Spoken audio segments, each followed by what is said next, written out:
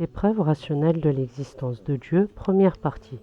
Nous possédons de nombreuses capacités, comme la raison, l'intelligence et la réflexion, l'observation et la contemplation. Alors pourquoi attendre que d'autres pensent à notre place? Ayons confiance en nos facultés, mobilisons nos capacités pour parvenir à la vérité, une vérité profitable aux esprits libres et sincères. Certains se cachent derrière l'éminence de la science et des chercheurs pour se persuader que la vérité est hors de portée, comme si seuls les scientifiques étaient capables de saisir et comprendre le réel. Les scientifiques, malgré leurs mérites, leurs titres, leurs longues études, restent des êtres humains. Les scientifiques, avec leurs limites, scrutent, expérimentent, observent, analysent. Les scientifiques ne créent rien, ils étudient la création. La science découvre parfois tardivement ce que le Créateur a créé avec une perfection absolue. La précision de l'univers, l'ordre de la nature, l'harmonie du vivant, les lois invisibles qui régissent chaque atome. Là, en réalité, les scientifiques ne font que révéler point après point la puissance infinie du Créateur. La science humaine, elle, est limitée. La science humaine évolue, se trompe, se corrige, s'oublie avec celui qui la détenait. La science humaine naît avec l'homme, grandit avec lui et s'éteint avec lui. La science du Créateur, elle, est sans commencement, sans augmentation, sans changement, sans diminution et sans fin. La science du Créateur est parfaite, unique et éternelle. La science du Créateur ne dépend d'aucune expérience, d'aucune hypothèse et d'aucun événement. Et le Créateur de toutes choses, c'est Dieu. Dieu est le Créateur de notre existence. Dieu est le Créateur de ce que nous vivons. Dieu est le Créateur de ce que nous voyons. Dieu est le Créateur de ce que nous ressentons. Dieu est le Créateur de ce que nous étudions. Il est le maître de notre commencement comme de notre fin. Alors utilisons notre raison pour ce qu'elle est, un outil fondamental pour reconnaître l'existence du Créateur et non une excuse pour se dérober. Dans un monde saturé d'informations, d'études, d'avis divergents, d'opinions et de doutes, une question profonde demeure. Comment savons-nous ce que nous savons? Qu'est-ce qui distingue une simple croyance d'une certitude fondée? Et pouvons-nous, par notre seule raison, parvenir à la connaissance de Dieu? Cette vidéo est une invitation à rechercher, discerner, raisonner, comprendre, méditer et trouver. Nous explorerons les trois voies de la connaissance humaine, la perception sensorielle, la raison saine et la nouvelle véridique. Nous apprendrons comment, en partant du réel et du tangible, la raison peut élever l'âme vers l'évidence de Dieu et connaître ce qui est digne de son être et ce qui est digne de lui être attribué. Et nous verrons comment la nouvelle véridique nous permet de reconnaître la véracité des prophètes envoyés par Dieu. Ce voyage n'est pas seulement didactique, ce voyage est existentiel. Savoir pourquoi l'on croit et connaître celui qui mérite d'être adoré, c'est donner à sa foi des racines profondes et à son cœur une lumière stable. Les voies de la connaissance. Commençons par quelques raisonnements simples mais évidents. Chacun sait nécessairement qu'il n'existait pas avant d'avoir existé et que maintenant il existe. Nous sommes passés du néant à l'existence. Nous n'existions pas avant notre conception. Nous ne nous sommes pas fait exister par nous-mêmes, ni nos parents, ni aucune autre créature.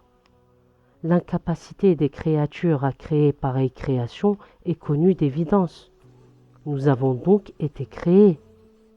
Et tout ce qui passe du néant à l'existence a nécessairement besoin de qui le fait exister après n'avoir pas existé. Chacun de nous sait aussi que ce monde change d'un état à un autre. Tantôt il fait nuit, tantôt il fait jour, tantôt il fait chaud, tantôt il fait froid. Une plante pousse, une autre se fane, une terre est aride, puis devient fertile. Le soleil se lève à l'est et se couche à l'ouest, le soleil est blanc, parfois il est jaune. Tous ces changements indiquent que ces choses sont entrées en existence et qu'elles sont créées. Tous ces changements indiquent qu'il y a un être qui les fait changer et qui les fait évoluer. Toutes ces choses entrées en existence sont des parties de ce monde. Par conséquent, ce monde est lui-même créé. Il a donc besoin de qui l'a créé. Et c'est Dieu le créateur de ce monde. Ceux qui renient l'existence de Dieu disent « Nous n'avons pas vu Dieu, nous n'avons pas vu le paradis et l'enfer, nous n'avons pas vu le châtiment et la félicité de la tombe, nous n'avons pas vu les anges et les djinns. » À ces gens, nous leur disons « Un écrit a nécessairement quelqu'un qui l'a écrit, même si nous ne voyons pas l'auteur. Une construction a nécessairement quelqu'un qui l'a construite, même si nous ne voyons pas les ouvriers. Si vous ne voyez pas Dieu, les manifestations de son acte sont très nombreuses. L'existence de ce monde et ce qu'il contient sont une preuve de son existence. Et ne pas le voir, ce n'est pas une preuve de son inexistence. Et pour cause, il y a des choses en l'existence desquelles nous croyons alors que nous ne les avons jamais vues. Il y a la raison, l'âme, la douleur, la joie. Ce monde a nécessairement un créateur qui l'a créé, qui l'a fait exister, qui le fait changer. La première voie de la connaissance. La première voie de connaissance pour les humains, ce sont les sens qui sont sains, la vue, l'odorat, le goût, l'ouïe, le toucher. Exemple. Si quelqu'un se trouve avec un groupe de personnes dans une pièce, comment sait-il qu'ils sont avec lui ? La connaissance de cela est par la voie de la vue. Nous savons qu'une chose est douce par le toucher, qu'une chose sent mauvais ou bon par l'odorat, qu'il y a du tonnerre par l'intermédiaire de l'ouïe, qu'un aliment est sucré, salé, amer par le goût. Les 5 sens sont donc un des moyens par lesquels l'homme parvient à la connaissance. Mais est-ce que la personne parvient à la connaissance par la seule voie des 5 sens ? Non. Et celui qui dit « Moi je crois que si je vois de mes yeux et que je touche de mes mains », il aura alors restreint toutes les voies par lesquelles l'homme parvient à la connaissance uniquement à la perception sensorielle. Et ceci est faux. Petit test. Vous voyez cette valise ? Si je vous disais que dans cette valise, il y a un éléphant de 20 tonnes, 10 mètres de haut et 5 mètres de large, me croiriez-vous ? Vous avez quelques secondes. Votre perception sensorielle est-elle nécessaire pour vous assurer de la véracité ou de la fausseté de mon allégation ? Dans le réel, m'auriez-vous demandé d'ouvrir la valise pour voir de vos yeux et toucher de vos mains pour confirmer ou démentir ma déclaration ? Non, bien évidemment. Pourquoi ? Pour parvenir à la connaissance véridique, vous avez suivi un autre moyen de connaissance qui est la raison saine. Qu'est-ce que la raison ? Ce sont les facultés cognitives qui nous permettent d'organiser notre réflexion avec le réel. C'est donc la capacité de faire la distinction entre ce qui est vrai de ce qui est faux, ce qui est laid de ce qui est beau, ce qui est de l'ordre de l'obligatoire rationnel, l'impossible rationnel et le possible rationnel. Exemple. Si quelqu'un rencontre un groupe de personnes à Paris et leur dit qu'ils sont assis en même temps à New York, est-ce que l'un qui est assis dans l'assemblée va proposer d'envoyer quelqu'un à New York pour confirmer ou infirmer leur présence là-bas ? Non, bien évidemment. Pourquoi ? Car il est impossible, selon la raison, que le corps soit à 2 endroits différents en même temps. Et ce groupe de personnes le sait sans même avoir vérifié l'argument par le biais de la vue.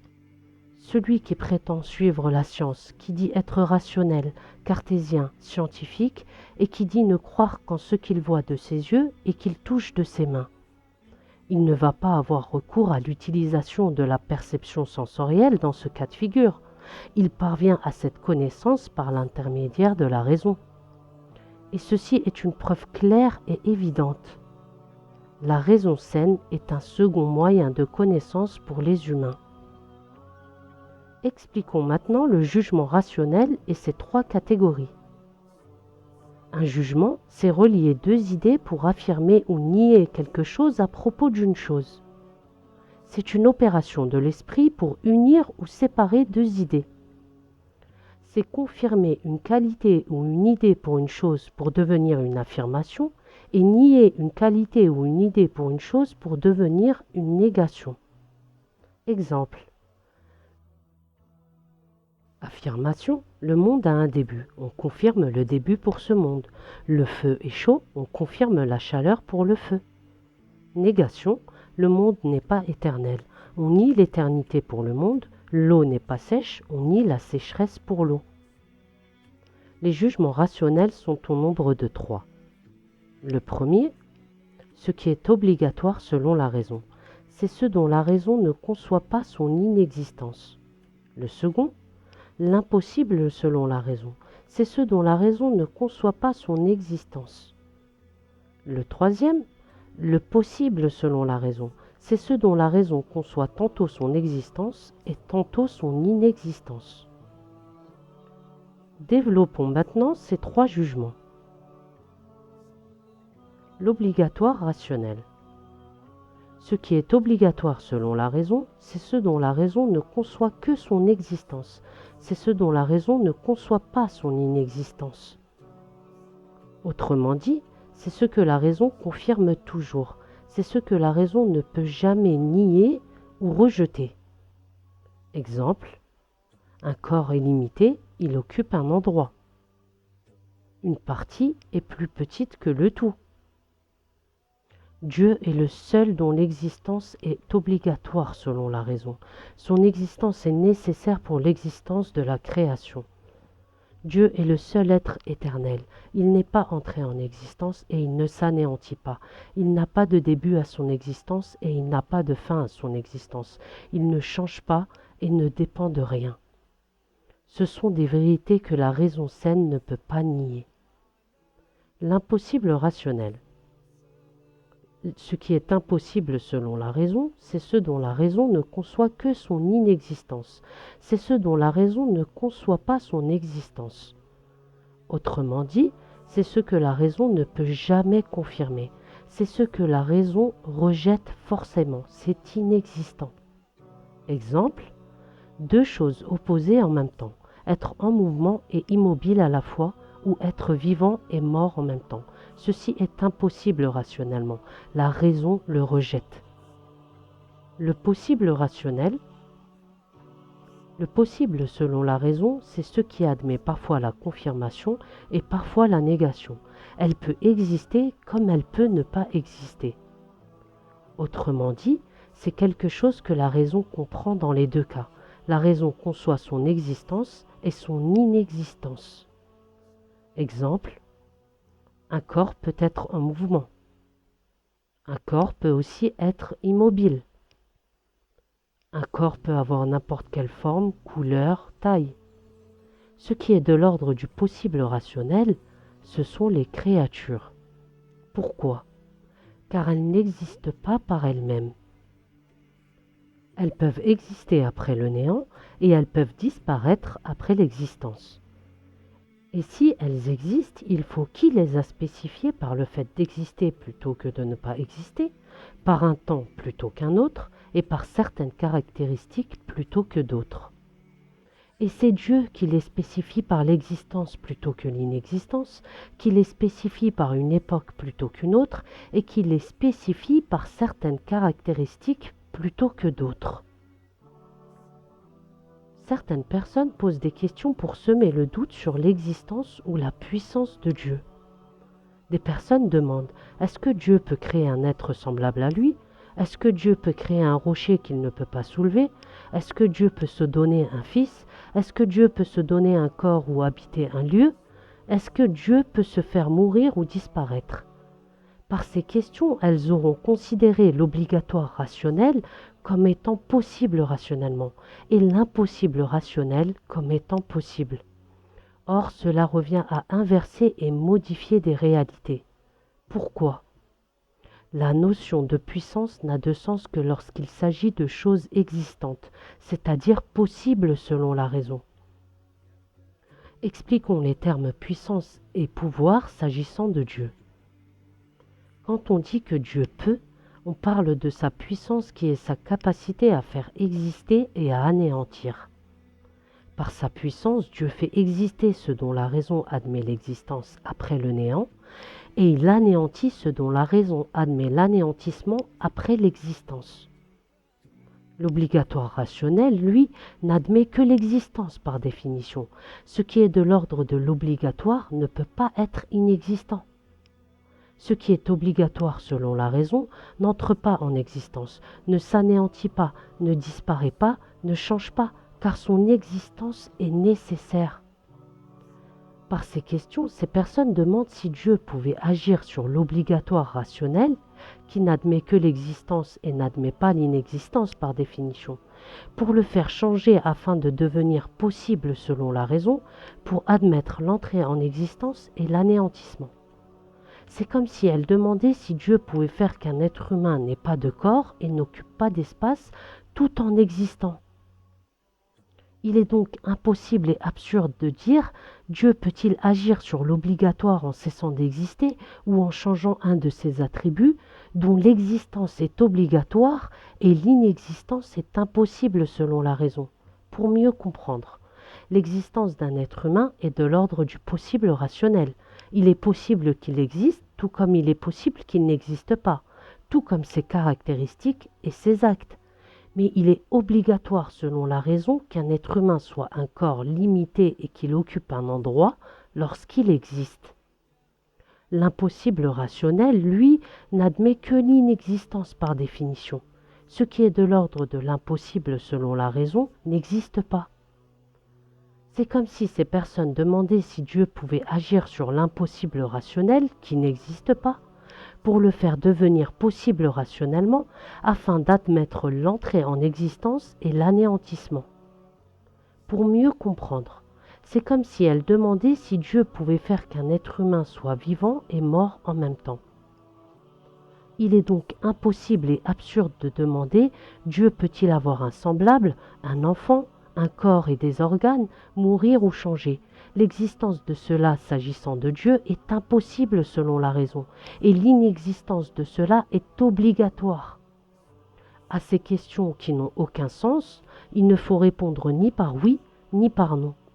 Celui qui répond oui à ces questions donne à Dieu des défauts ou des caractéristiques de la création. Et celui qui répond non, même sans comprendre, aura attribué à Dieu l'impuissance. Que faut-il répondre? Que la puissance de Dieu se rapporte à ce qui est possible selon la raison.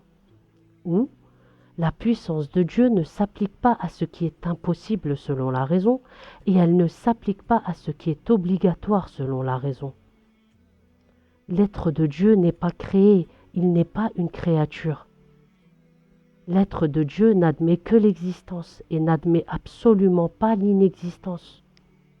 L'existence de Dieu est obligatoire selon la raison. Les attributs et les actes de Dieu ne sont pas créés, ce ne sont pas des créatures. Ces attributs et ces actes n'admettent que l'existence et n'admettent absolument pas l'inexistence. L'existence des attributs et des actes de Dieu est obligatoire selon la raison. Dieu, ses attributs et ses actes sont éternels, sans début et sans fin. Dieu n'est pas sujet au changement, c'est impossible selon la raison le concernant. Les attributs et les actes de Dieu ne sont pas sujets au changement, c'est impossible selon la raison les concernant. Il est rationnellement impossible que par sa puissance Dieu agisse sur son être, ses attributs et ses actes. Dieu, ses attributs et ses actes n'admettent ni l'entrée en existence, ni l'anéantissement. Si l'entrée en existence et l'anéantissement avaient été possibles à son sujet, alors il aurait été créé, il aurait eu un début, il dépendrait du temps et de l'espace, il serait sujet au changement, il ne serait pas créateur et tout-puissant. La puissance de Dieu ne concerne que ce qui est rationnellement possible. Et ce ne sont pas des limites à la puissance de Dieu ou une impuissance, bien au contraire, cela montre que la puissance de Dieu est parfaite. Certaines personnes persistent.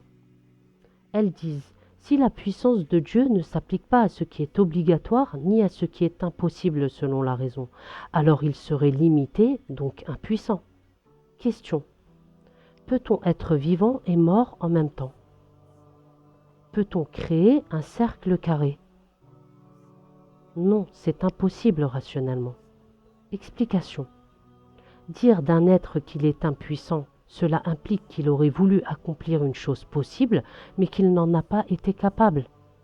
Or, cette situation ne peut s'appliquer qu'à une créature dont les capacités sont limitées et imparfaites. Nous ajoutons que ce n'est pas une faiblesse de ne pas faire exister ce qui ne peut pas exister par définition. Et ce n'est pas une faiblesse de ne pas anéantir ce qui ne peut pas inexister par définition. Les questions et les croyances de cet ordre sont des non-sens. Par sa puissance, Dieu fait exister ce qu'il veut parmi ce qui est possible. Et par sa puissance, Dieu anéantit ce qu'il veut parmi ce qui est possible. Cette puissance n'inclut pas l'impossible et l'obligatoire selon la raison. La puissance de Dieu est parfaite, elle est éternelle, sans début et sans fin. Dieu est le créateur de toutes choses. Dieu est le créateur de toutes choses. Quand on dit choses concernant la création de Dieu, ce sont toutes les créatures. C'est tout ce qui existe et qui est de l'ordre du possible rationnel, que ce soit palpable ou impalpable, visible ou non visible. Dieu n'a pas besoin de justifier ses actes. Il est le créateur de toutes choses, tout lui appartient. La toute-puissance de Dieu est parfaite, rien ne le rend incapable. Sa puissance ne concerne que le possible rationnel. Celui qui dit qu'il pourrait se donner un fils, changer, être un corps, mourir ou créer un égal à lui, n'aura pas connu Dieu et aura contredit les attributs divins. Ce ne sont pas des possibilités, ce sont des non-sens et une modification du réel. Dieu agit avec sagesse, justice et perfection. Dieu est parfait, unique et éternel. Il n'a pas d'associé et il n'a pas de semblable. Il y a ceux qui disent aussi que le Seigneur est puissant pour se créer ou avoir un fils. Nous allons parler de Jésus pour démontrer l'impossibilité rationnelle qu'il soit un Dieu ou le Fils de Dieu.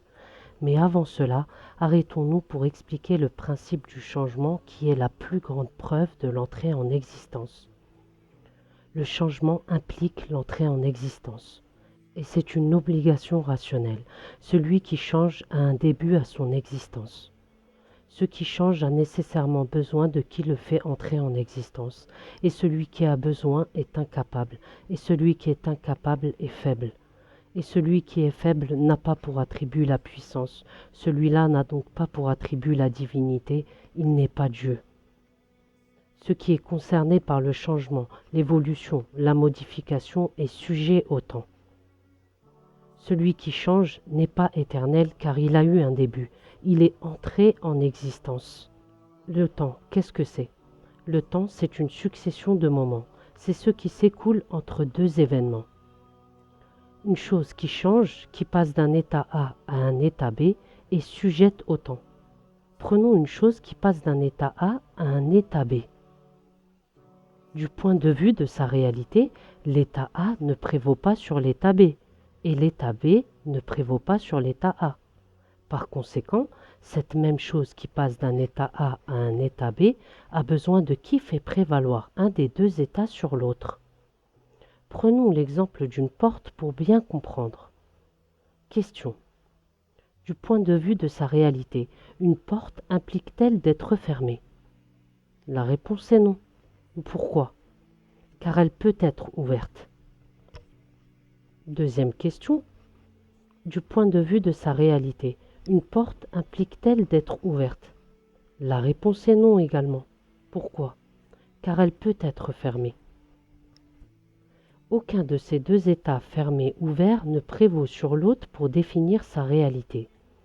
Si la porte est ouverte, elle a besoin de qui l'ouvre. Et si elle est fermée, elle a besoin de qui la ferme. En conclusion, pour une chose qui passe d'un état A à un état B, le premier et le second état sont équivalents du point de vue de la probabilité de leur existence. En conséquence, Si l'état A advient plutôt que l'état B, il y a besoin de qui fait prévaloir cet état A sur l'état B. Si une chose change, elle a nécessairement besoin de qui fait prévaloir chaque nouvel état sur le précédent. Et toute chose a eu besoin de qui lui donne son premier état dans l'absolu, qui est l'entrée en existence, qui elle-même a prévalu sur la non-existence. L'entrée en existence d'une chose, comme le corps, ses caractéristiques et ses actes, implique l'entrée en existence de celui qui a ce corps, ses caractéristiques et ses actes. Celui qui n'existe pas ne peut pas se faire exister tout seul. Et celui qui est entré en existence ne fait pas entrer en existence ses caractéristiques et ses actes. C'est Dieu qui fait entrer en existence et qui anéantit les corps, leurs caractéristiques et leurs actes. Quand on dit que Dieu fait entrer en existence et anéantit, ce n'est pas juste faire naître et faire mourir. C'est faire passer d'un état à un autre. C'est faire passer d'un état A à un état B. Exemple. Une personne se tient debout avant de s'asseoir. Elle est dans l'état A, qui est la position debout, et cet état est lui-même entré en existence. Puis cette personne s'assoit. L'état A, qui était la position debout, est alors anéanti par l'entrée en existence de l'état B, qui est la position assise. Dieu n'est pas entré en existence, personne ne l'a fait exister, Dieu existe de toute éternité. Les attributs et les actes de Dieu ne sont pas entrés en existence. Personne n'agit sur les attributs et les actes de Dieu. Les attributs et les actes de Dieu sont de toute éternité. Dieu ne s'anéantit pas. Personne n'agit sur l'être de Dieu. Dieu existe de toute éternité. Les attributs et les actes de Dieu ne s'anéantissent pas. Personne n'agit sur les attributs et les actes de Dieu. Les attributs et les actes de Dieu sont de toute éternité. Par sa puissance, Dieu fait changer les créatures alors que lui ne change pas. Les créatures sont de l'ordre du possible rationnel. Elles admettent l'entrée en existence et l'anéantissement. Les créatures changent. L'existence de Dieu, de ses attributs et de ses actes sont de l'ordre de l'obligatoire rationnel. Ils n'admettent ni l'entrée en existence ni l'anéantissement. Ils ne changent pas. Il est impossible, selon la raison, que Dieu agisse sur son être, sur ses attributs et sur ses actes, dont l'existence est obligatoire selon la raison. Dieu n'a besoin de rien dans l'absolu, il ne dépend de rien dans l'absolu, il ne dépend pas du temps, il ne dépend pas de l'espace, il est le créateur de toutes choses, et Dieu est éternel. Revenons maintenant à Jésus, fils de Marie. Jésus est né d'une mère, Marie, fille de Anna et Imran. Jésus a été créé sans père. Adam a été créé à l'âge adulte sans père ni mère, et Ève a été créée à partir d'une côte de Adam. Ceci montre, démontre et confirme la toute-puissance de Dieu sur ce qui est possible selon la raison. Jésus est un être humain qui est entré en existence. Il a eu un début. Jésus changeait d'un état à un autre. Il n'existait pas.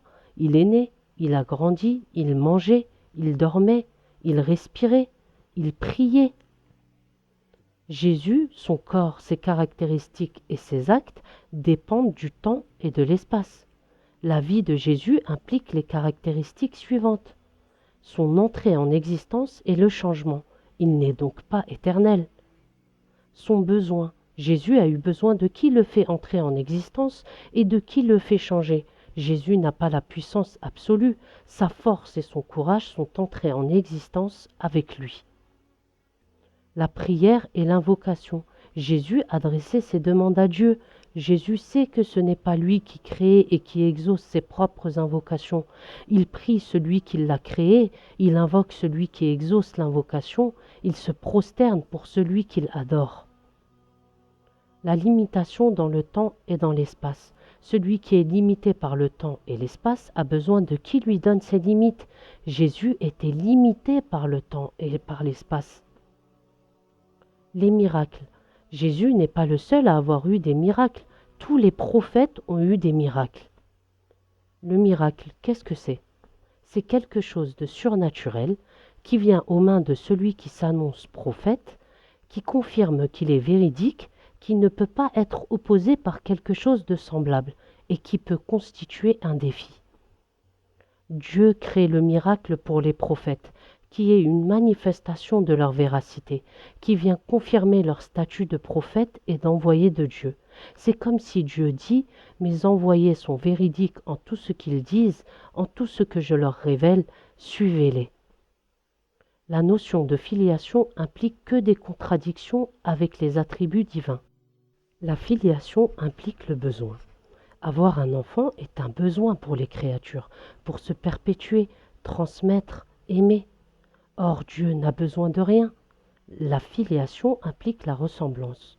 Un enfant ressemble à ses parents, ils partagent leur nature. Or, Dieu n'a pas de ressemblance avec l'être humain. La filiation implique le lien temporel. Le fait d'avoir un fils suppose un avant et un après, donc un changement. Or, Dieu est éternel, sans commencement, sans fin, il ne change pas. Dieu n'a pas de parents, il n'a pas été engendré. Dieu n'a pas d'enfant, il n'engendre pas. Dieu est unique, sans origine, sans descendance. Il est éternel et il n'a besoin de rien. Celui qui dit que Dieu a un fils aura démenti sa souveraineté et son éminence. Celui qui attribue un fils à Dieu, il aura rabaissé Dieu au niveau des créatures et c'est une insulte à son égard. Celui qui attribue un fils à Dieu, il aura prêté à Dieu un besoin et une faiblesse.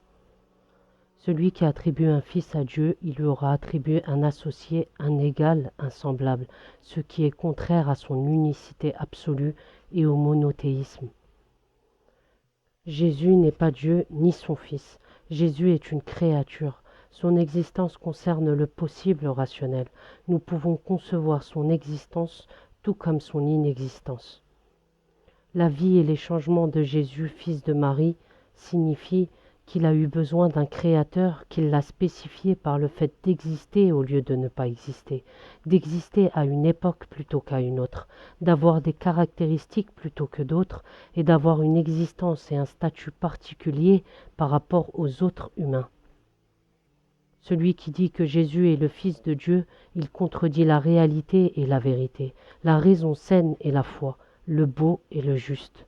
Celui qui dit que Jésus est le Fils de Dieu, il contredit la glorification que l'on doit avoir à l'égard de celui qui a créé absolument toutes choses.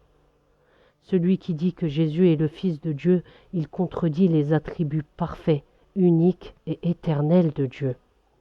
Celui qui dit que Jésus est le Fils de Dieu, il dénature le rôle du prophète Jésus, qui a appelé à l'adoration de Dieu lui seul sans rien lui associer.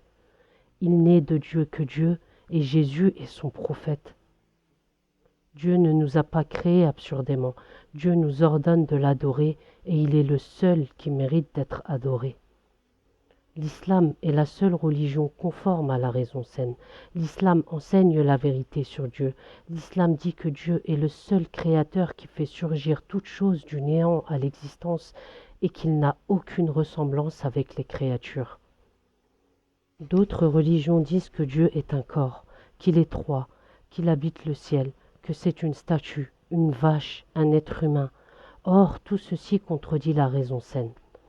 Celui qui se divise, celui qui habite le ciel, celui qui est un corps ou qui s'incarne dans un corps, a besoin de qui l'a localisé par le temps et l'espace, et de qui l'a spécifié par ses caractéristiques. Et celui qui a besoin et qui a des semblables n'est pas Dieu. L'islam dit que Dieu est unique, parfait et éternel, qu'il est le créateur de toutes choses, et qu'il fait changer toutes choses, mais lui ne change pas, qu'il n'a besoin de rien dans l'absolu, qu'il existe sans dépendre du temps et de l'endroit, sans être un corps avec leurs caractéristiques, qu'il n'a pas d'associé et de semblable dans son être, dans ses attributs et dans ses actes. L'islam reconnaît tous les prophètes envoyés par Dieu. L'islam dit que tous les prophètes sont croyants, que tous les prophètes sont soumis à la volonté de Dieu, que tous les prophètes sont musulmans et qu'ils ont tous dit et enseigné qu'il n'y a de Dieu que Dieu. Dans la prochaine vidéo sur les preuves rationnelles de l'existence de Dieu, nous démontrerons par les preuves rationnelles l'infondé de la Trinité et de l'incarnation, et l'infondé des croyances des athées qui proclament la véracité des théories de l'évolution et du Big Bang. celui qui a pris connaissance de ce qui a été dit, qui croit en ce message, qui croit en l'unicité du Créateur et qui croit en tous ses prophètes, alors il doit dire sans attendre, il n'y a de Dieu que Dieu et Mohammed est son prophète.